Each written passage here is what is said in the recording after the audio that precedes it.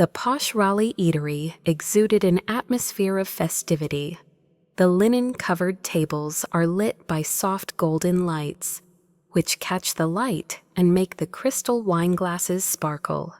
The air was heavy with laughter and the clinking of glasses that didn't cease until someone finally spoke out. In the midst of the throng, my husband Michael Harper rose to his feet, raised his wine glass, and a look of self-assurance spread across his face. Here we were all gathered to rejoice in our son Nathan's MBA, a cause for celebration, a major paradigm shift. Unfortunately, Michael's subsequent remarks crushed that happiness as a hammer smashes glass. At his statement, "I've decided to start a new chapter in my life, apart from Eleanor," the crowd became silent. Eleanor Harper, who is 52 years old, spent 25 years building this family, and 40 pairs of eyes were fixed on me during that time. Despite my best efforts, Nathan remained seated next to me. Loosely about his neck dangled the green graduation ribbon that he had laboriously earned. Quite irritated now. Behind the scenes, Michael's lover and interior designer, Lauren Mitchell, was very much in evidence. Being in her presence was an obvious betrayal. The so-called friends of mine who were aware of the affair moved in their chairs with discomfort. Just last week, during casual conversation over coffee, we were laughing. Con artists, no one had the guts to wager that I may crack. Experiencing loss. To burst into a spectacular fury. But I smiled instead, showing a composed resolve. With a calm, sharp voice that cut through the stillness, I commended Michael on his choice. I carefully set a clean white envelope on his plate after retrieving it from my handbag. He began to contort his arrogant face. "So tell me, what is this?" A hint of unease was evident in his voice when he inquired. "Something for you to read later," I said, maintaining my composure the entire throughout. Nathan was wearing a cap to commemorate his graduation and appeared pallid to me as I stole a quick glimpse in his direction. I kissed his face as I drew near. "You have my utmost admiration. This day is still yours." I got to my feet, straightened my attire, and spoke to the onlookers who were surprised. "I hope you savor your dinner." Feeling the weight of their attention on my back, I stepped out my heels, tapping on the polished hardwood floor, wishing you all a wonderful evening. Angry mutterings trailed behind me as the heavy glass door slammed shut. I stood outside on a hot July night in Raleigh, where the air was thick and muggy and stuck to my skin. However, I was able to breathe normally again after a long absence. Just as I was about to make my way back, the door swung open. After me, Michael's agitated, high-pitched voice yelled out, "Eleanor, what's up? Everything started with that delivery, and I've spent months plotting how to use his treachery. My aptitude for mathematics has never wavered, and my 25 years of expertise in the subject have made me an expert at extracting insights from large datasets. Michael had left behind a data trail that even a novice could trace with ease. Please explain your actions to me." As I continued on my way, a slight smile played on my lips. For some reason, I've always been good at arithmetic. With 25 years of experience, I've become good at seeing trends and discovering secrets in massive datasets. Even a novice could trace the data trail that Michael had left. I was the earner, and I made sure our family was financially secure, while he chased his high dreams 2 software companies that failed a midlife crisis that made him find himself through yoga retreats in Asheville. I oversaw the family's money when he put our life savings into a friend's cryptocurrency scam, which was a doomed enterprise that went belly up within a year. I worked late into the night on the spreadsheets for my company in order to fund Nathan's tuition, while Michael followed his passion for artisanal coffee roasters. His excitement was short-lived. He lost interest after exactly 4 months. My lifelong dream of launching a women-focused risk analysis firm was continually pushed to the side. I would promise myself when Nathan graduated. Not long later, Michael feels safe. But trying to establish a steady relationship with Michael was like trying to chase a mirage in the desert. With an air of perpetual evasion, it shimmered. About 3 months ago, it felt like there was an issue with our joint accounts. All these minor transactions don't add up to normal spending. Airline ticket to Miami, $800. The going rate for a 2-night stay at one of the 5-star South Beach hotels is $200. A diamond bracelet that I purchased for $3,500 has still not arrived. It seemed like a technical issue at first, perhaps because the bank made an error. I do not, however, ignore warning flags. I am paid to identify possible threats. That is my job.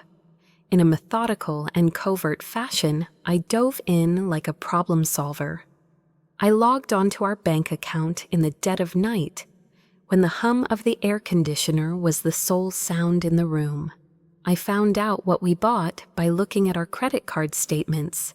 Everything I had feared came true when I uncovered this. Michael started transferring money to an overseas account over a year ago. He had bought Lauren diamond jewelry, taken her to posh restaurants in Durham, and even put $50,000 down on a non-refundable house near the beach in Wilmington, while suggesting that we cut back in order to save enough for retirement. "We can't afford that new dishwasher right now, Eleanor," he had said in a pressured voice just 2 weeks before. Nodding and trusting him, I had paid money to his mistress. The next step was to find the messages. Even though it was completely out of character for Michael, he did leave his iPad unlocked on the kitchen counter once. I wasn't eavesdropping, I was just scrubbing the counter in preparation for breakfast when the sign caught my eye. My friend Lauren texted me. That made me sick to my stomach. "So thrilled for our new life together, darling," she gushed. In a trembling hand, I touched the screen, skimming over their conversation. Messages about their intentions. Despite his claims that he would soon finally be free, he decided to break the news of our split during Nathan's graduation party, betting that I would remain composed under duress. Having recorded, "She'll be too ashamed to respond." "All right," Lauren said. There was an overwhelming sense of weightlessness as I stood there bathed in the scent of coffee and bathed in the early light streaming in through the window. "After that, we may start over." Nathan and I shared wild ambitions, stayed up late talking, and comforted one another through his fevers as a youngster for 25 years. But the vows I took were false, but I controlled my emotions and didn't cry. No, not at that moment. I forwarded the mails and screenshots to myself via email. After that, I emptied the cash and put the iPad back on the counter as it had been before. Michael came downstairs a bit later, whistling unknowingly. "Good morning, honey," he murmured as he dropped a kiss on my cheek. For show, I pretended to be cordial. "Good morning." The fact that I am an expert at tracking down specific pieces of information was completely lost on Michael. Everything involving the money from wire transfers to credit card purchases was carefully recorded by me. Having to write out Michael's treachery stung like hell. However, I continued past that point. Mark, an endearing private investigator who focused in adultery cases, was recruited by me. He validated my suspicions. Michael and Lauren are seen in these photos strolling hand in hand down the boardwalk in Wilmington. Spending at an amusement park is revealed in the weekend retreat's Charleston receipts. Both parties have signed the lease for the Raleigh flat. In a low-key downtown coffee shop, Mark handed me the file in a very discreet manner. I firmly placed the file in my knapsack and bowed in respect, knowing this wouldn't be an easy job. I wasn't going to collapse or anything. While I was beginning to establish my case, I apologized to Mrs. Harper. Michael was understandably worried that I would claim half of his future earnings. Under our prenuptial agreement we signed 25 years ago. He had recently inherited a small sum from his father and was quite anxious about this prospect. I hadn't given it much thought since I loved and trusted him so much. The paper would speed up his demise. In the fine print was a loyalty condition that, if violated, would result in heavy financial fines. Late at night, when the sun goes down and just the blue light from my laptop lights up our bedroom, I read it from beginning to end. Michael slept peacefully next to me, sleeping softly, unaware that I was hatching a scheme to kill him. It was impossible to understand the clause. James Carter, my lawyer, was the man I needed the next morning. "It's ironclad," James said as he sipped his coffee at a cafe outside his office. "Seems like you have proof of the affair which might bring him down. His share in the business, the house and retirement savings." I said good as an unexpected calmness enveloped me as I sipped my coffee and nodded. "Shall we proceed?" Michael was occupied with making plans to leave, while I quietly prepared for what was to come. I meticulously recorded every secret transaction and potentially damaging letter. James and I had our second meeting right before we were supposed to submit the divorce paperwork. I suspected Michael would hold off on telling Nathan until after his graduation so as not to spoil the happy occasion. I had already submitted the paperwork that morning before his planned speech at the restaurant, but he had no idea. The documents are in the court records and will be served when the time comes, even though he doesn't have access to them right now. I was able to stay one step ahead of the game throughout. I had been waiting for this moment for far too long.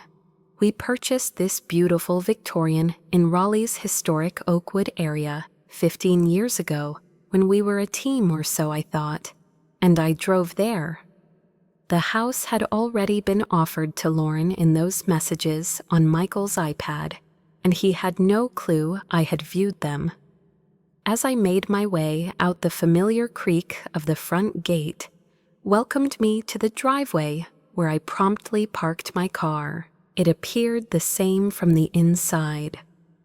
We worked together to restore the hardwood floors after a pipe broke in 2009. Framing the hallway are photos from Nathan's formative years, such as his first bike ride, his triumph at the middle school science competition, and his high school graduation. Michael and I would often retire to this leather couch in the living room late at night, daydreaming about our future as a couple. When Nathan left for college, we planned to spend our golden years exploring the globe. Things had changed, though.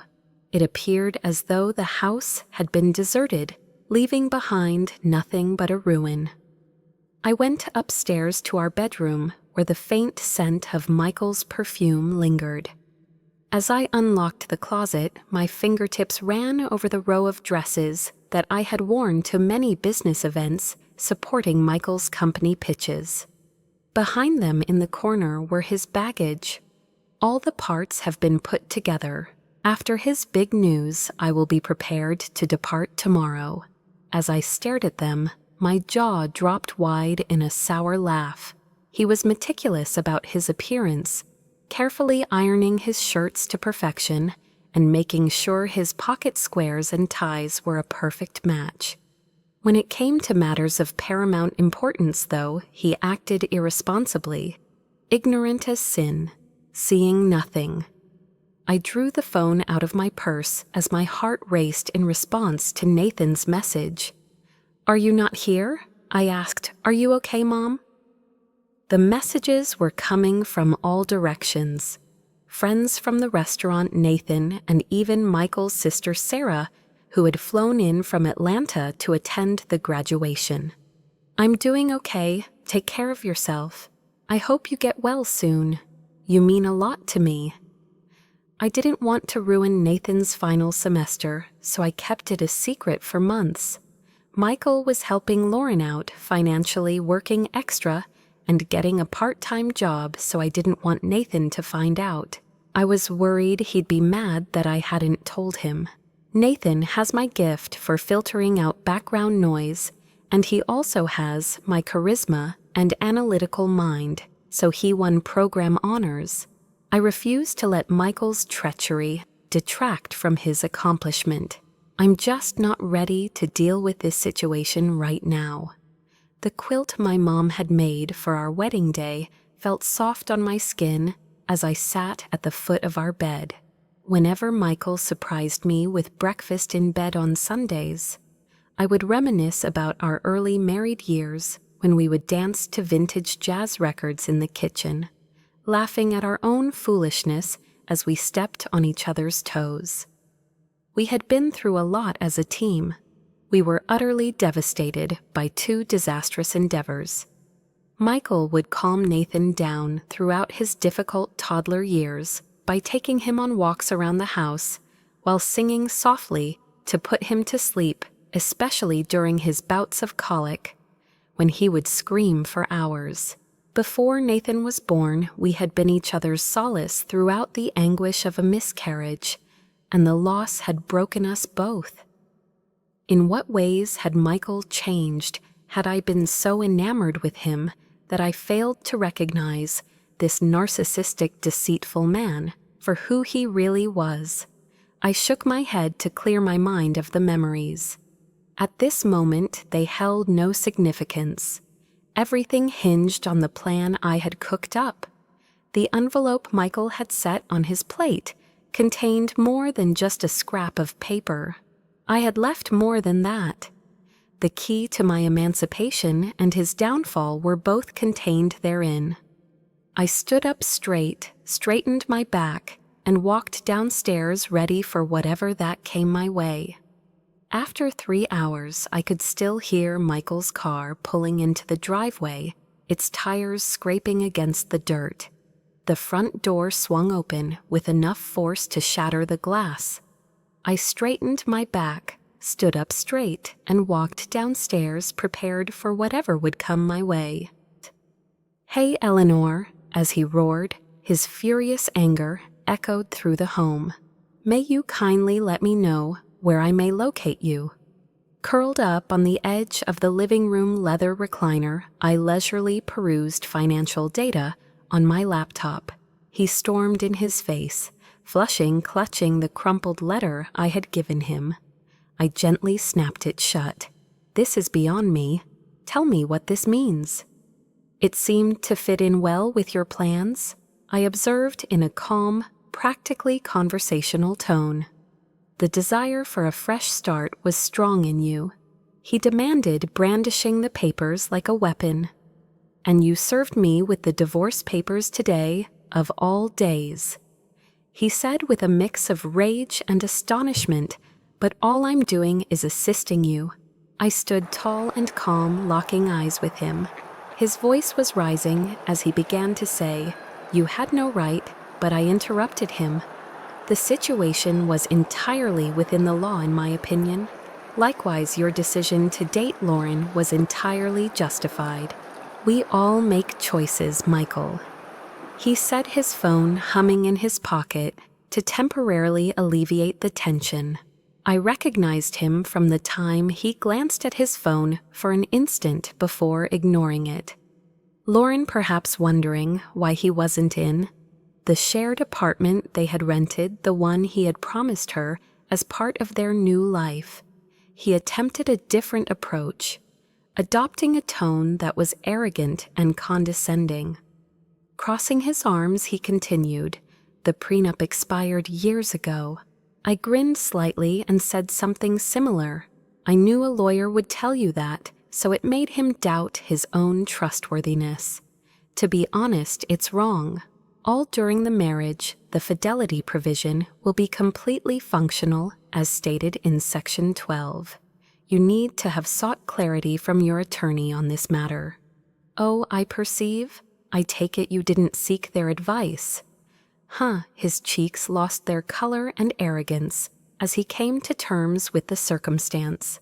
His whole inheritance, including the Oakwood House retirement funds, and his portion of our joint interests, was suddenly threatened by the prenup he had drafted for his own protection.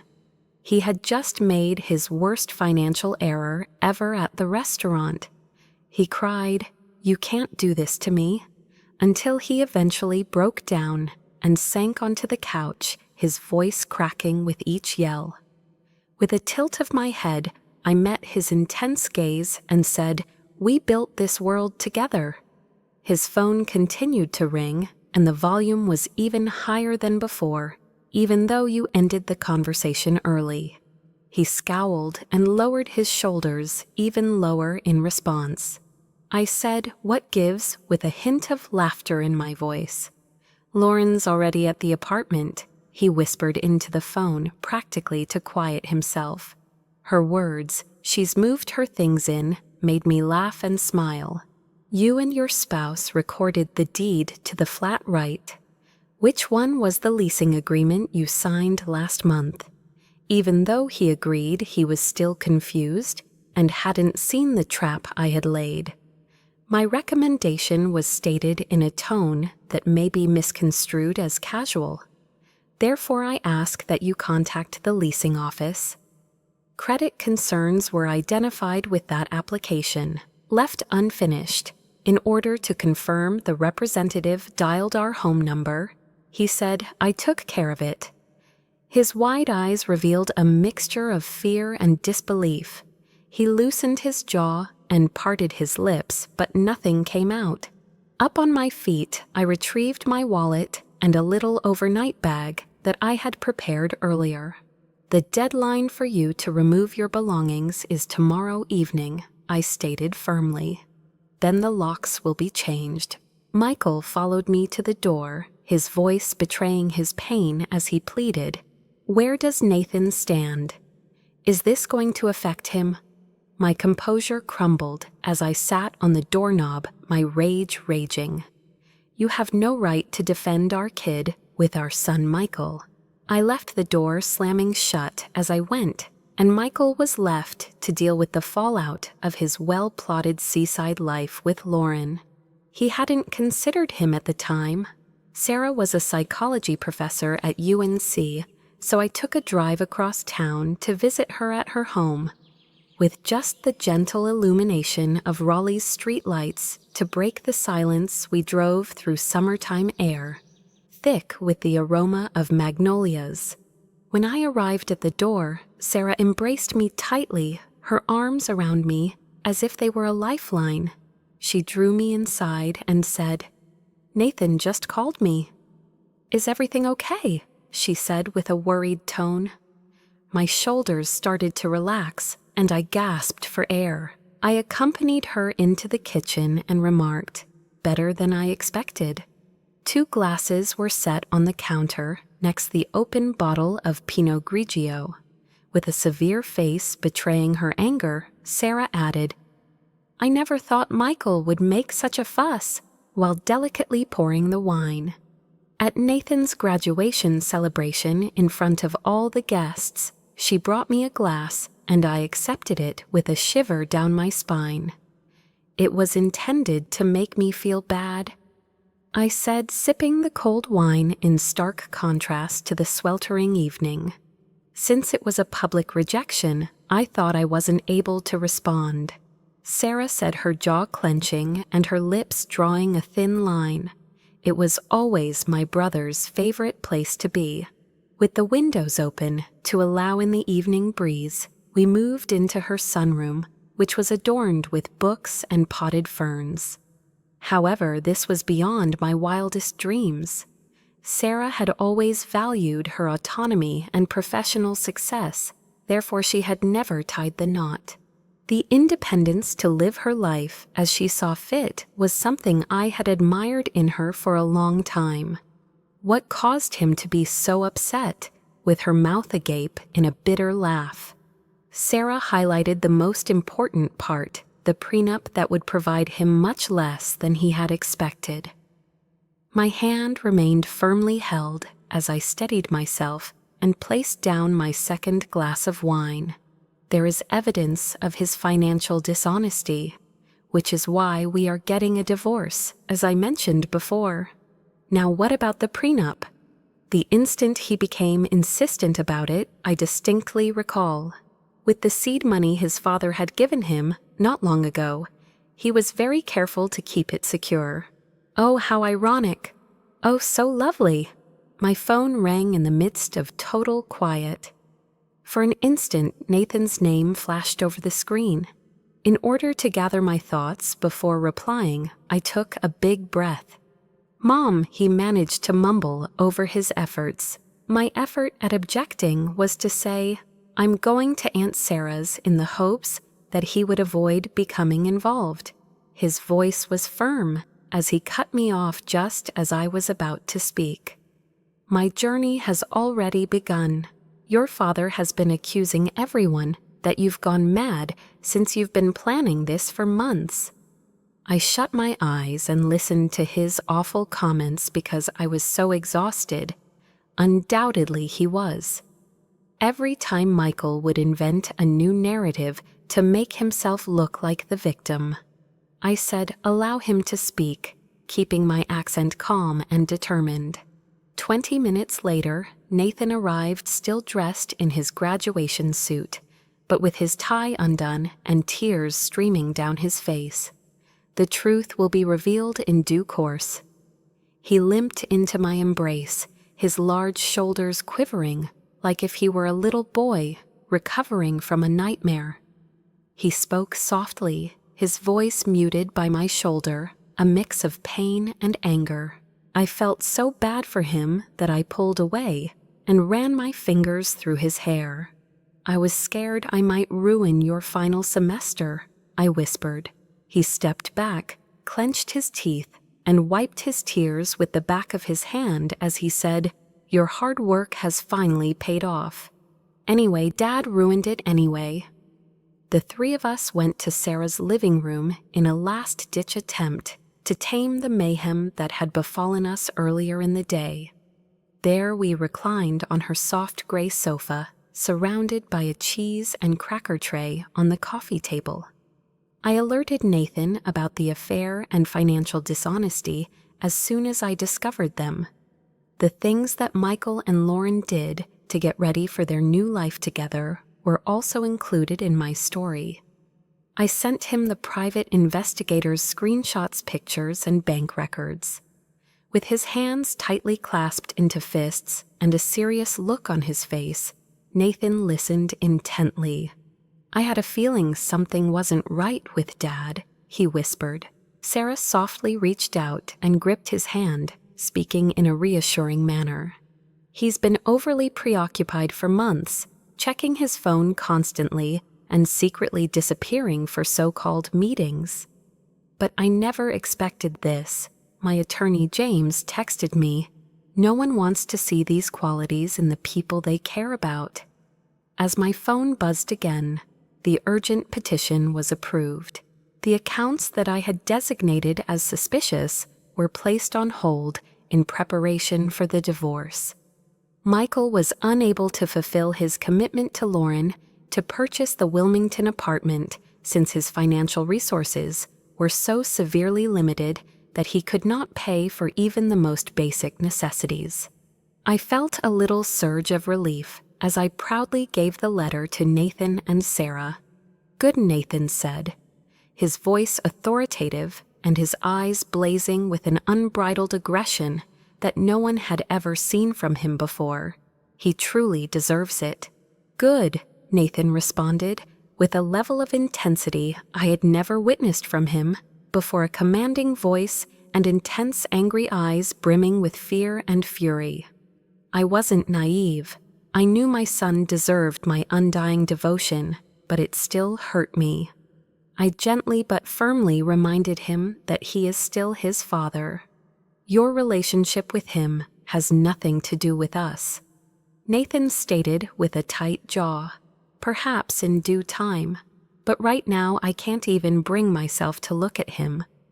The stifling silence in Sarah's living room was shattered by the jingle of the doorbell. Despite his earlier displays of joy in embracing me, he later plotted to destroy our family. Sarah got to her feet and went over to react, her expression revealing how distressed she was.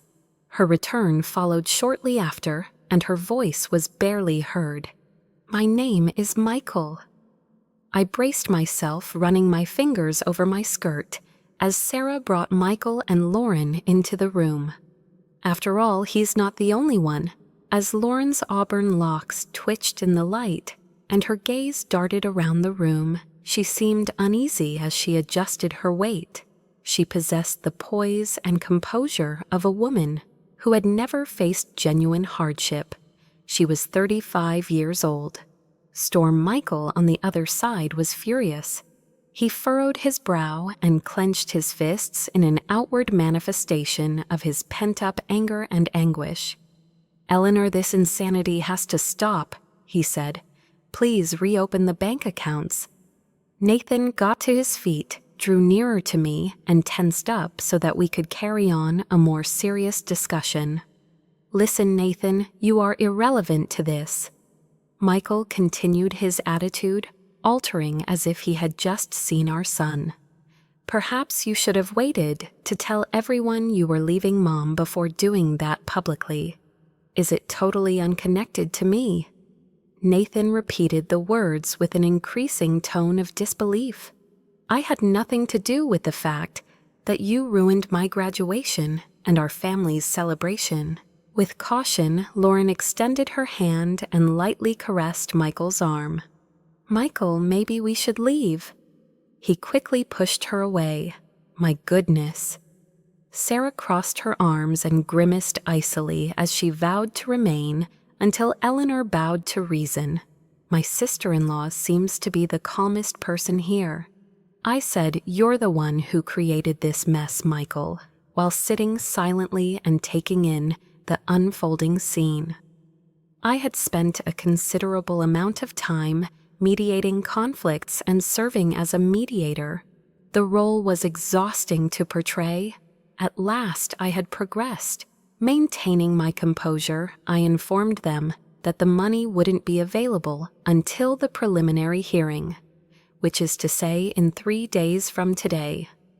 The judge will decide how the assets will be divided, so I'm not sure what to do for the next 3 days.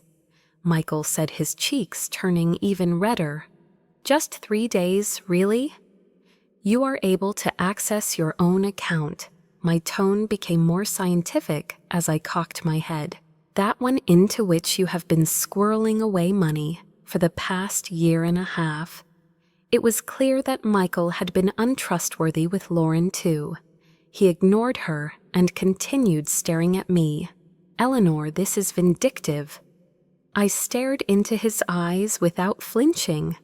"This was definitely not you. It's possible that you've never met me, just as I obviously never met you."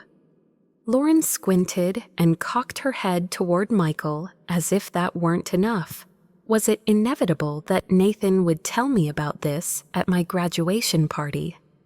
Lauren's face became red, lowered her head, and looked down at her feet as Nathan talked to her in a terrifying tone.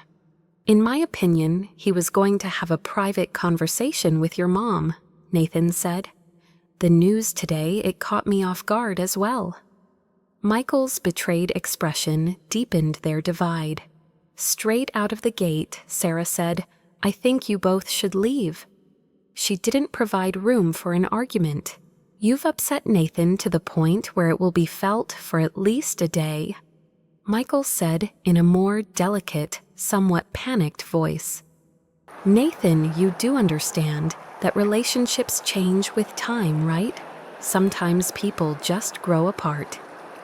Nathan remarked, his expression turning even more icy as he glared at the speaker. Your inability to even have a private conversation with Mom makes you a coward, and I get that. Michael became pale and still his jaw clenching but utterly silent when he was told that you stole from our family while I was working 2 jobs to pay for my textbooks. You said that money was tight. After much effort, he managed to utter the words, "That's not how it was," although his voice was somewhat raspy. "Indeed, that is exactly how it was," Nathan shot back furiously. "Please, Dad, leave." "I can't look at you right now," Nathan said, breaking the uncomfortable silence that had been building up. After Lauren bowed her head in sign of departure, Michael turned to go. He turned to face me once again and paused at the door, his voice low. "Eleanor, we still have a long way to go. I shall confront you on this." My gaze met his unflinchingly. "I hope you'll try it out." After they left, Nathan collapsed into the sofa next to me, his hands trembling and tears streaming down his face. With trembling lips, he said, "I've never spoken to Dad like that."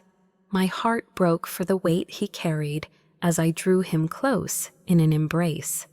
"Standing up for what's right can be painful at times," I said as I ran my fingers through his long curls. Sarah gave us fresh glasses of wine at a leisurely pace. "To new beginnings," she muttered as she lifted her glass, a little smile playing on her lips. I silently raised my hand in response to the little clink of glass as if it were a promise. It was actually only the first chapter of a whole new story. The preliminary hearing took place in a Wake County courthouse on a rainy Tuesday morning. In contrast to Michael, who sent a young lawyer from a firm that focuses on corporate law rather than family law, I brought my attorney, James. Yet another error in his hurriedly planned strategy. The judge, a tough woman with sharp eyes and an unyielding demeanor, reviewed the prenuptial agreement with great attention, her spectacles sitting on the bridge of her nose. "This document appears to be properly formatted," she said with a severe and rigorous temperament. As Michael's lawyer talked, a young man in an uncomfortable suit seemed nervous and cleared his throat. "Do you disagree with its veracity?" The judge read aloud from the document, "Your Honor, we feel the agreement has expired owing to the length of time that has elapsed." While she adjusted her spectacles, he remarked, "This length extends throughout the whole marriage and any future legal processes as made plain in Section 18. Michael hurried up and whispered something to his lawyer, who was clearly getting more nervous by the second and was sweating profusely, albeit no expiration date was specified. With an unfaltering voice, the judge added, "The evidence of systematic fund transfers violates the financial disclosure requirements in Section 23. Her eyes darted over the pages as she looked up from the material she was frantically shuffling through. "Due to the absence of complete financial openness, I am upholding the decision to freeze joint accounts. Mr. Harper's personal account will remain available to him. The prenuptial agreement's provision regarding adultery states that Mrs. Harper will continue to own the family home during the court procedure." Michael clutched the table's edge as a flush of deep crimson spread over his cheeks. "This is outrageous," he said across the courtroom, and I could hear him. The judge's expression became more severe as her remarks echoed across the room. "Mr. Harper, I implore you to peruse this document well prior to signing. The court will meet again to have the full hearing in 30 days once discovery is finished."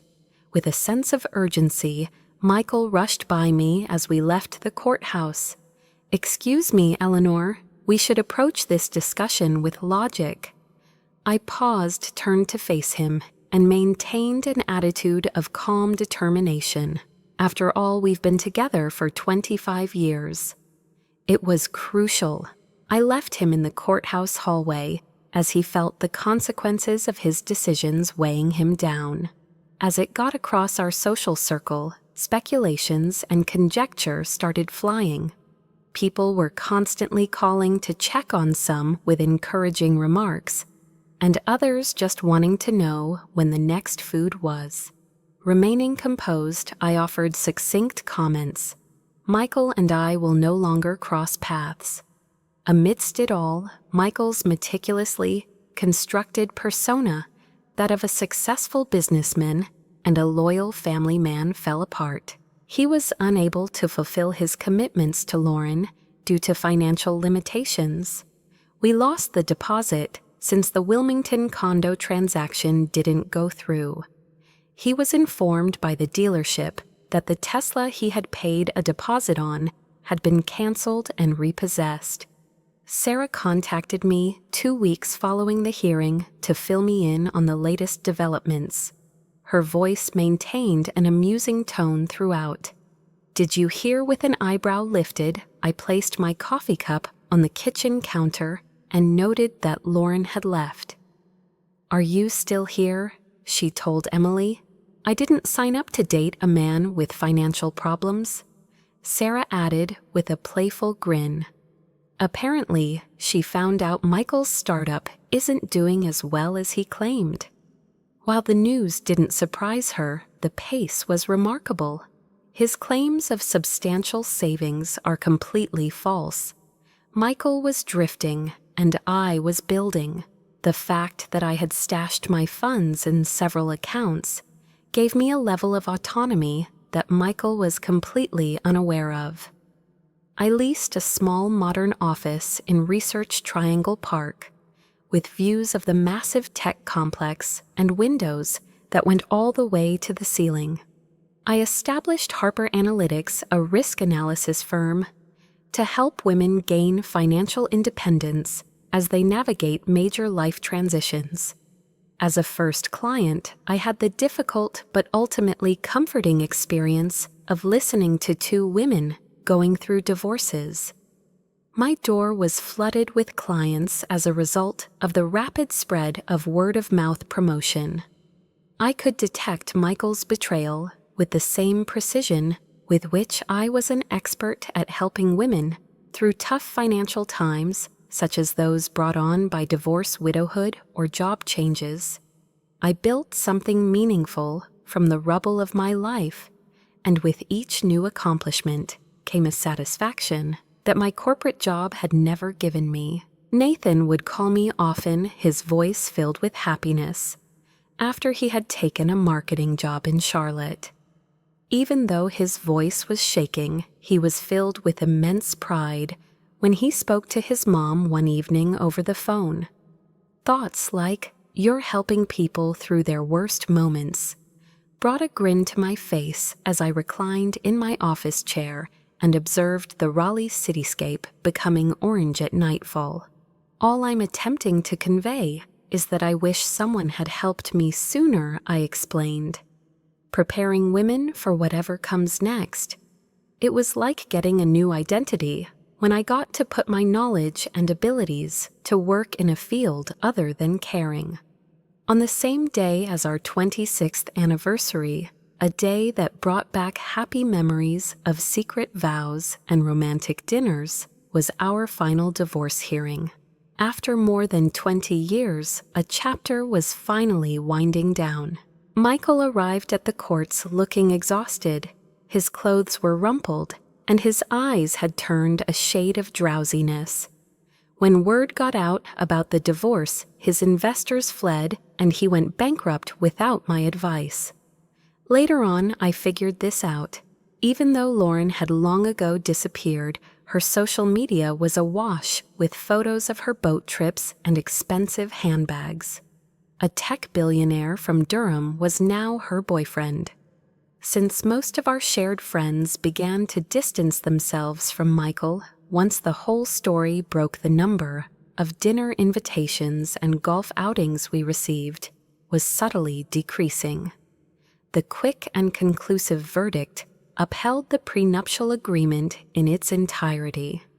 Michael left after paying his attorney, taking with him his belongings, his failing business, and the meager sum in his personal account, just enough to cover a cozy apartment in a sketchy section of Raleigh. Under the terms of our prenuptial agreement, I was to retain our Oakwood property, my retirement money, and 70% of our joint assets in the case of infidelity.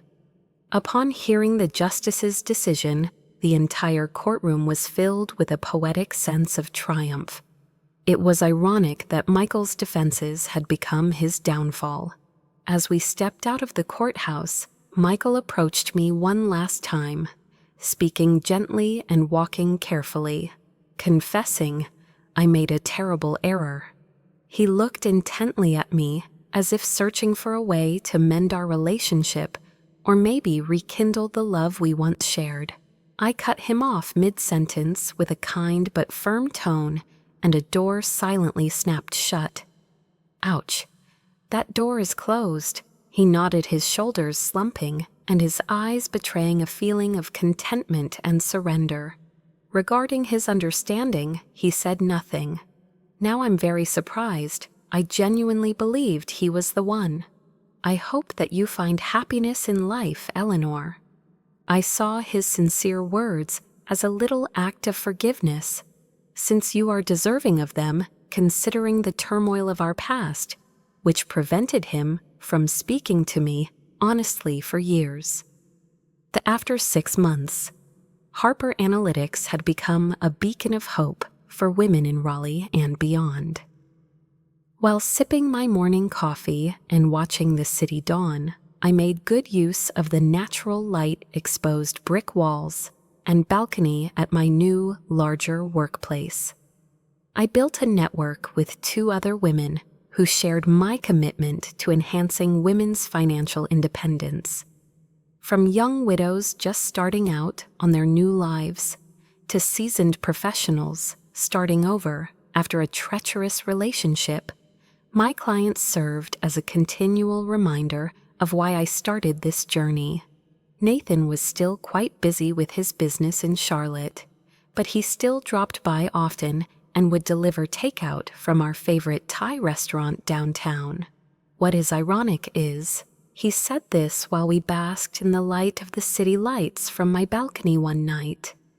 As I sipped my iced tea in the warm summer sun, I nodded and thought about how much more he would have remembered if Dad had just been honest from the start. Sometimes people just want what they want right now, I added with a tone that suggested contemplation. Amidst the turmoil of betrayal and resolve, the lady who had previously claimed to be Michael's wife and Nathan's mother had created a new identity for herself. Not only was she a company owner and an expert in analysis, but she was also a staunch advocate. I might have entered a world I never imagined imaginable with the box I had given Michael at the restaurant. It was more than simply an escape plan. It opened a door I hadn't known existed. Hidden underneath it were concepts of fairness and new ideas. I had reclaimed something far more valuable, my independence, by safeguarding my future. I felt a freedom I hadn't had in years as I gazed out my balcony at Raleigh's skyline, which seemed like a blank canvas waiting to be filled with potential.